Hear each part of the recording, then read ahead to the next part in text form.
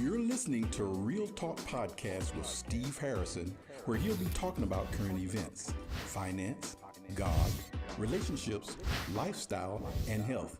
So stay tuned, because Steve is going to bring that real talk on Real Talk Podcast. Welcome to Real Talk. I'm your host, Stephen Harrison, and my guest today is Jude Ade, a physician assistant. Today we're going to be discussing men's health. Brother Jude, thank you for coming to the show today. Thank you for having me, Steve. Brother Jude, what inspired you and motivated you to become a healthcare professional? What inspired me, Steve, is basically my parents. Both of my parents are in the healthcare profession. My mom is a nurse, and so is my father. And I have one of my uncles, he was a doctor, and I have an older sister, is also a physician assistant. So growing up in an environment like this, so it kind of inspires you to become a healthcare provider. And that's what I chose to do. Okay, did they push you, or you just seen it all around you? You say, you know what, this is what I want to do? I think it just happened. This is what I want to do. I decided this is what I wanted to do. Okay. What did you practice, and what type of medicine did you practice? What I practice, basically two types of medicine. For 17 years, I practiced occupational medicine, where I worked at Sikorsky Aircraft. And probably for 12 years, I also work in the emergency department at UConn in Connecticut, in Farmington, Connecticut. What was it like working at Sikorsky's? It was very good and very encouraging, because I had the time to spend with my patients. I could teach them everything they need to know about their own health, how to take care of themselves, and what they need to do. And during that time, some patients, for example, have quit smoking, lost weight, based on the advice that I've given them. Okay, did you find out that some of the patients that you dealt with, that they came back to you and said, you know, Jude, you saved my life? Right. On one occasion, there was one gentleman that I noticed a nodule on his ear. And I told him, I don't like what the way it looked like. And I said, why don't you go see a dermatologist to get it checked out? And he did. Came to find out it was skin cancer. Skin cancer? Yes, it was skin cancer. It was melanoma. And he got it taken out right on time, and he's still alive today. Okay, Brother Drew, I know a lot of men, and me myself personally, sometimes men are stubborn when it's time to get a checkup or get a physical. Why do you think men just don't like going to the doctors? You are right. Men are stuck up, and if you want to call them hard-headed, Yes. they don't like to go to the doctor, because for them it's like it's invasive. And a lot of men don't want to know what's going on until it's too late. And women, on the other hand, they will go to the doctor, they talk with their girlfriends, they go to see their primary care doctor, their OBGYN, they take care of themselves. Men, unfortunately, until it's too late, a lot of them don't make the decision. And some of the decisions, if things are found early, they can be treated. Okay, you see a lot of men in the gym, they lifting weights, they got the muscles, they making all this noise, but when it's time for them to get a needle or give some blood, they can't do that. What do you think about that? If we had a woman here, maybe she'll say men are babies. I can agree with that to some too, because my wife pushed me on certain things to get done, Yeah. but it's like we have an outward strength, but inward we're not as strong as we appear to be. Exactly, and that's why God is smart enough to not let men have babies. Yes, yes. So I don't know. I've spoken to men, and a lot of them, they said they don't. They're fine. If they feel fine, that's mean they are okay. But in reality, that's not true. The reality is sometimes things can go wrong, and you don't even know about it until it's too late. Okay, I just want to back up a little bit. Let's talk about your schooling. You said you went to UConn? No, I worked at UConn. You worked at UConn. What was that experience about? It was very, very good experience. Working in the ER, I saw all kind of patients, basically, from little babies to elderly, all type of disease, I was able to expose to. And be part of the team who treated those patients. Okay, so you dealt with the older ones and the younger ones And the too. younger ones, yes. Okay, what about injuries? Did you deal with injuries? Yes, my job at Sikorsky primarily dealt with injuries, work-related injuries, occupational exposure, all type of exposures at Sikorsky, and that was my primary job, basically any injuries and so on and so forth. Okay, when men get injuries, what kind of advice do you give them? The advice that I give them, it's going to take time to get better.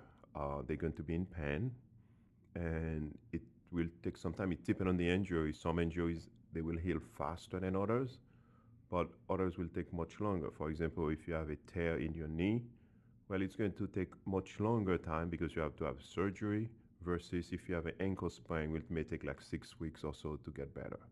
Okay, now I know when men or people in general get surgery, they push Vicodin, they push a lot of pills on them so they can help them recover. How do you feel about people getting addicted to that stuff because they want the pain to stop? Every surgery has some kind of form of pain, but there's a lot of addiction with, pills. What's your opinion on that? You are very right because currently our country is dealing with a very big epidemic of opioid addiction. Yes, I see that all over the place. And sometimes it starts in the ER or after surgery, somebody gets a prescription for pain. And sometimes we as providers, we prescribe too much of those medications. Yes, after surgery or an injury, you can have you will have pain, but the pain should be controlled basically for a short period of time. And after that, you can go to non-addictive medications such as Tylenol or ibuprofen, where the addiction is there's not. Less. Yes, exactly. Now, is it easy to go from that once you got Vicodin or Oxycontin in you to just switch over that, or you need help with that? You will need some help, and it's something that, and it's an individual. Every individual is different. Every patient is different. That's something you'll have to work with your doctor uh, when you should switch, and your doctor should be part of very encouraging also to switch you from a opioid to a non-addicting medication such as Tylenol. Is there a system set up so people don't get addicted to that kind of stuff? Unfortunately, this is a talk for a different time because opioid addiction it's more like a brain chemistry. So it takes a lot. When your brain is addicted to the chemical aspect of the opioid, you, the individual, as basically keep seeking more fix up from the opioid because your brain is asking for it. What do you think about giving blood? We have all the Giving Blood Day. What's your opinion on giving blood? Should men or should people in general give blood? Yes, blood saves life. No question about it. We scientifically we have made a lot of advancements, but there's one thing that we have not made. It's only God made, basically blood. Okay. M- Do I support it? Yes, I support it because you know what? If people die because of lack of blood transfusion, if you have a major accident where the patient is bleeding profusely, the only way you can replace the blood loss is basically adding more blood to that person's system. You have to give blood to the patients to sustain life. Otherwise, that patient may die. And people do die for lack of receiving blood or hemorrhage. People die of these things. So where are we at now as a country? Is there enough blood out there for people, or we need to keep pushing? Give blood, give blood. We need to continuously give blood because it does save lives. Okay. What about men getting a colonoscopy? Can you explain that to us? Why men don't want to get it and why men should get it? Colonoscopy is called the gold standard for screening of certain type of colon cancer. What do I mean by that? It's a simple test. Men, if you are the age 50 plus with no family history, if you are of African American descendant or you have a family history of colon cancer, you should get screened for colon cancer at an earlier age, sometimes even at age 40 or 45.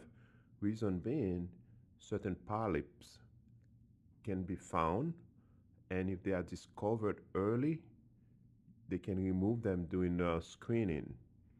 The doctor, the gastroenterologist, can remove them and send them to the lab to get analyzed to see if they are cancerous or not. But if you don't do it and comes to find out that you have late stage of colon cancer, people do die of this kind of disease. And all it takes, basically, you go to the doctor, get screened, and if they found anything early, they can remove it. So I will advise any man out there, if you have the age 50, you make sure, and you have no family history of colon cancer, you should get the screening done. And if you are the African descent, or you have one family history, like it could be a brother or sister or a relative, a father or mom who had colon cancer, you need to get to see your doctor right away and schedule a colonoscopy. It's a simple procedure. Basically, they put you to sleep a little bit and you get prepped the night before, and the morning after somebody drives you to the clinic or to the center and get the test done, and that's it. How can we make men feel more comfortable to get that done? Because men have this ego, like, ain't nobody touching me in my rectum, nobody's going to put their hands on me. How do we get men to be more comfortable with that treatment, with that kind of... Okay. I myself, as a provider, I've had all those kind of tests. When I go to see my primary care doctor, basically he will do a rectal exam, and during the rectal exam he will check it, some stool, if there's any blood in my stool. Sometimes it could be the first sign of colon cancer. So as I said, I'm a medical provider, and I've done myself. I had a colonoscopy done because it was time for me to do it, and I'm African American descent. Okay. And I had it done. So I will encourage any man out there, make sure that you get it done, because that can save your life. Okay, some men feel like if they get that done, it's going to make them turn. I had it done myself. You had it done. It didn't make you turn no different way, No, right? exactly. You Yeah. still the same man. I'm a guy. I'm a man. Okay, you a It's- man, like yeah, I'm a man. yeah. Some men feel like they've been violated if another man takes, go up there and so they could looked at their rectum so their life can change. So you don't want, like you say, you don't want to get caught out with polyps there, where they can't be treated and you die. You don't want that. That's one. And the other thing, also part of the rectal exam, also the doctor or the PA or the nurse practitioner who's doing the exam can also check your prostate, because sometimes this is the first sign also in men. You can detect prostate cancer depending on how the prostate feels. That could be an early sign. You know how the digital rectal exam, it's a very important exam. That's how also they can, by doing it, the provider can palpate the prostate and see how it feels. And if it feels different than the normal, they will send you to see a urologist to get further exam to make sure you don't have prostate cancer. And prostate cancer, if it's found early again, like colon cancer, you can get treated. What's the symptoms of prostate cancer? The symptoms of prostate cancer, sometimes it could be just somebody peeing in blood. Sometimes blood is not in the urine. Sometimes people have frequency of urination. Some of those things that men should be taking care of, and sometimes they don't go to the doctor because they just don't want anybody to touch their rectum. Yes. Colon checking and your prostate, they do that at the same time, They correct? no, it's two different exams. So Two different. yes, The colon cancer is done by the gold standard is you do like a colonoscopy. But there are some other tests that you can do. You send a stool, but the gold standard when the doctor has to go in there, making sure everything is fine. You have a nice bowel prep the night before, everything inside of you. You go to the bathroom to discharge that. You go in, they look at inside, making sure everything is fine. If there are polyps, like I said before, they can remove them and take care of it right away. 150 over 90. 180 over 111. 160 over 110. I had a stroke. This is what high blood pressure looks like. You might not feel its symptoms, but the results from a stroke are far from invisible or silent. If you've come off your treatment plan, get back on it or talk with your doctor to create an exercise, diet, and medication plan that works for you.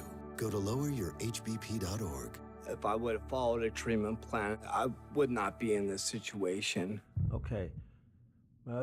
What should men do as far as asking their doctor for? Because when you go to the doctor always asks you, have you had it done? Your family history.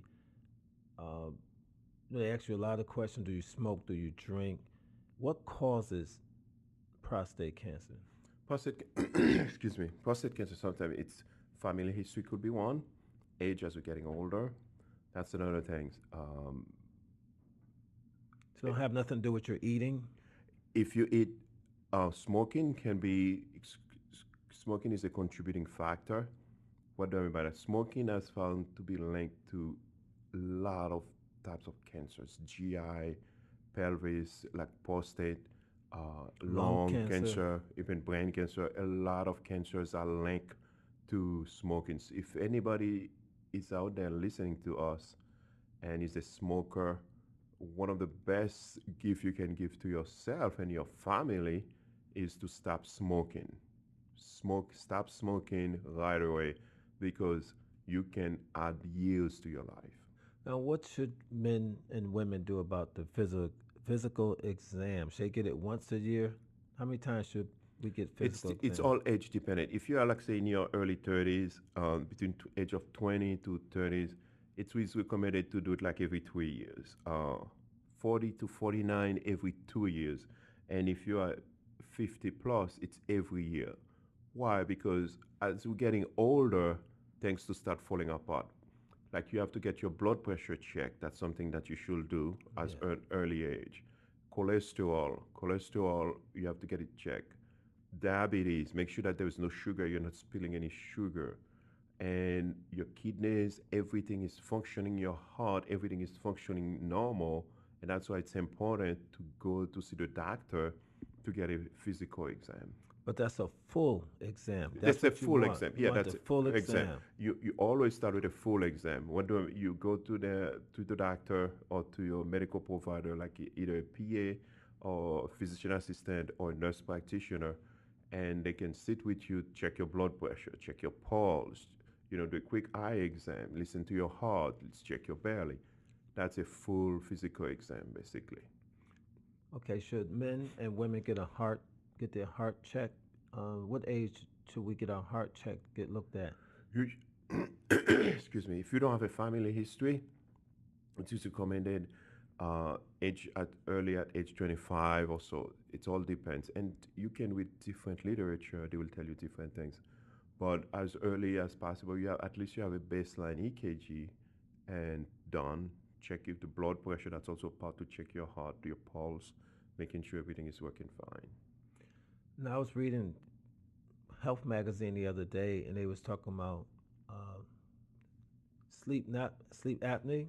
Sleep apnea can cause heart problems too. Yes, sleep apnea can cause heart problem because you don't sleep well. You need to get full, at least as an adult, 7 to 8 hours of sleep. But very few of us do that.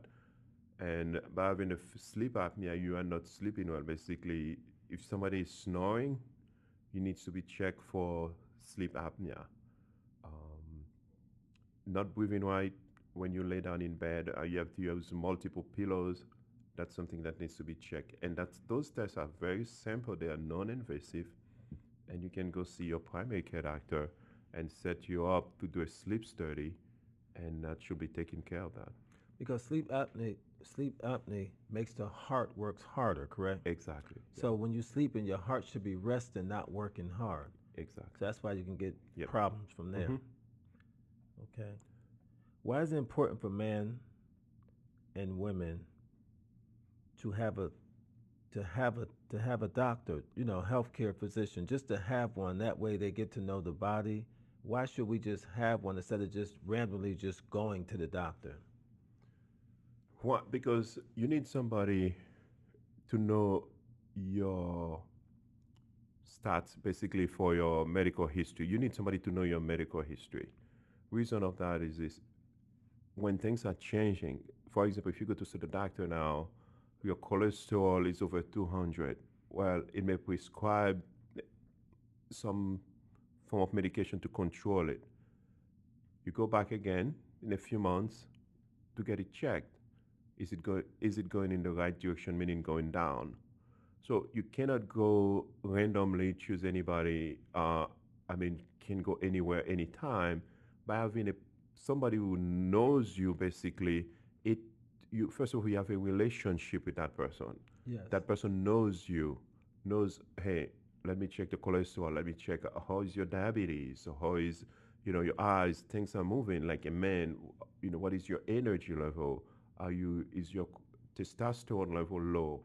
Things like this that you just so by having a primary care doctor, it's like it's a good relationship to have. Okay. And what should we say about exercising, men and women? What advice would you give us on that? Okay, I myself I do exercise at least 3 to 4 times a week. Exercise has been proven to be very beneficial for your health in general. By exercising, you can lose weight, you increase your energy, you you look better, you feel better, and it's all around good for you. And before anybody starts an exercise program, I'll suggest maybe check with your doctor, because especially if you're an elderly or in your 50s or 60s or 70s, it's a good thing to do anyway. Don't sit around doing nothing, because that's one thing people do when they retire. They stop moving, and guess what? It's like any old car. You just leave it in the junkyard. Guess what? It's going to get rusty. Your body does get rusty, but if you exercise and stay motivated, you will have so much energy than other people. Is this true? An apple a day help keep the doctor away? Well, people have said that apple is good food. You can eat it, but I don't subscribe to that. Okay, I'll this is be doctor polite. saying you don't describe to that. Yeah, I do eat fruits, yes, but I also maybe you need to go to check with Yes. your doctor anyway. Now I noticed that a lot of places I go, I see a lot of people standing up when they working with the computer. Why do they have people standing now? Good point. Sitting for 8 hours, quote unquote, is called the new smoking. It's like if you were smoking a pack of cigarettes. Basically, it's being inactive. It's not good for you. Your body was made to move. So transferring from sitting to standing, it's more has been proven to be more beneficial than just sitting alone. Okay. You can sit down. That's why you alternate. I myself have one of those desks in my job where I alternate between sitting and standing. And what would you say for people to manage their stress? Because stress causes a lot of these problems that we're talking about today. Stress, and there are different forms of stress. You have life stress. People have it. It's part of life. But managing is very important. Exercise is one. Going out for a walk with a friend. Calling a friend.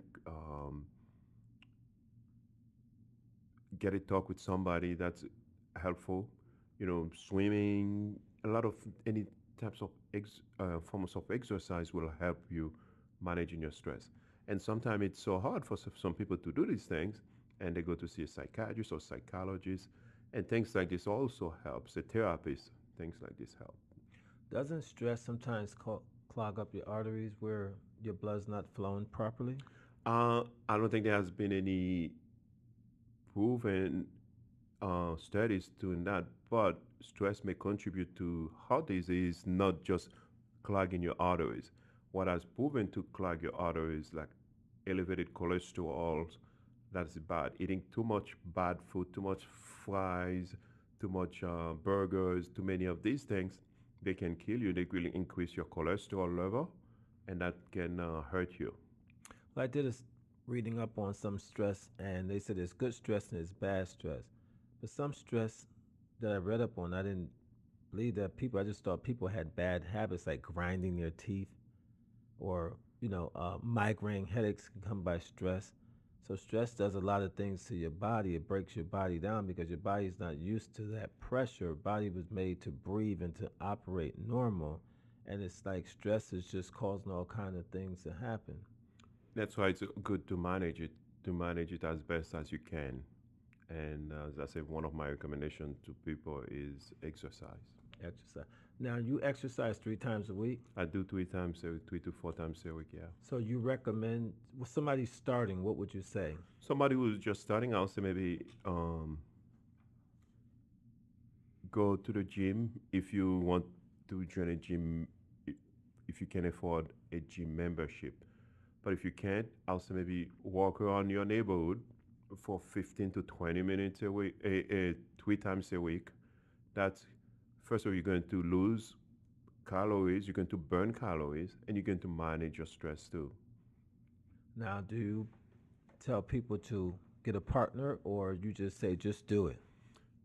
If you don't have a partner, you just have to do it because you have to do it for yourself. Because one thing you have to realize, you are the owner of your own health. Nobody owns it. You are the owner of your own health. If you don't take care of it, nobody will take care of it That's for true. you. That's true. So having said that, but if you do have a partner, you keep each other accountable.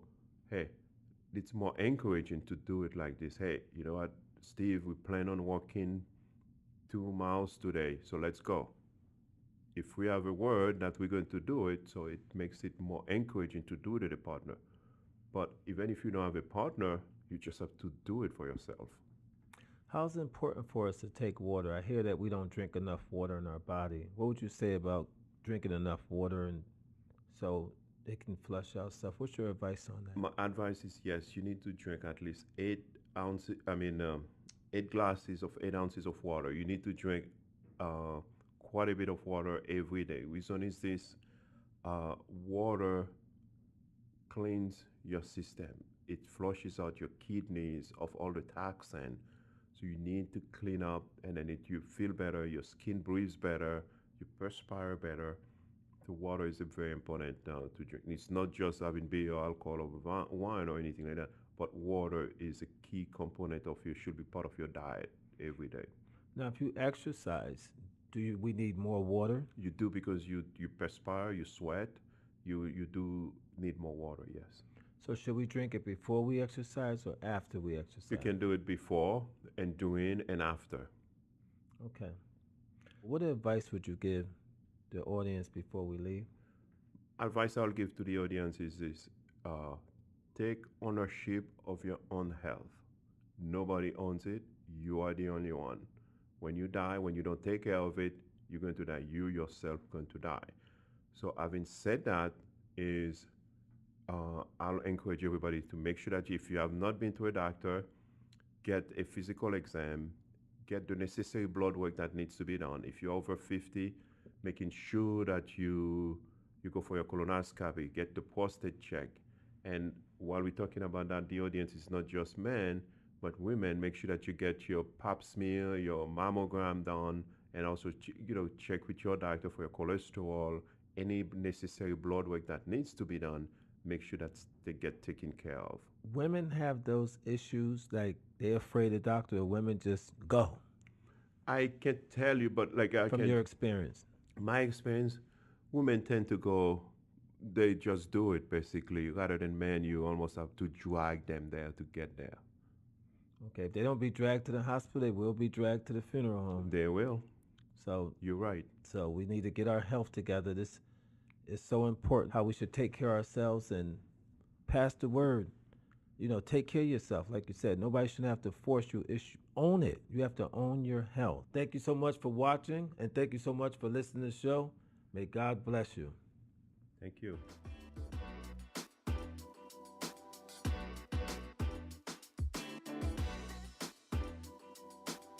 You can reach out to Steve at realtalk877@gmail.com, Instagram and Facebook at Real Talk with Steve Harrison.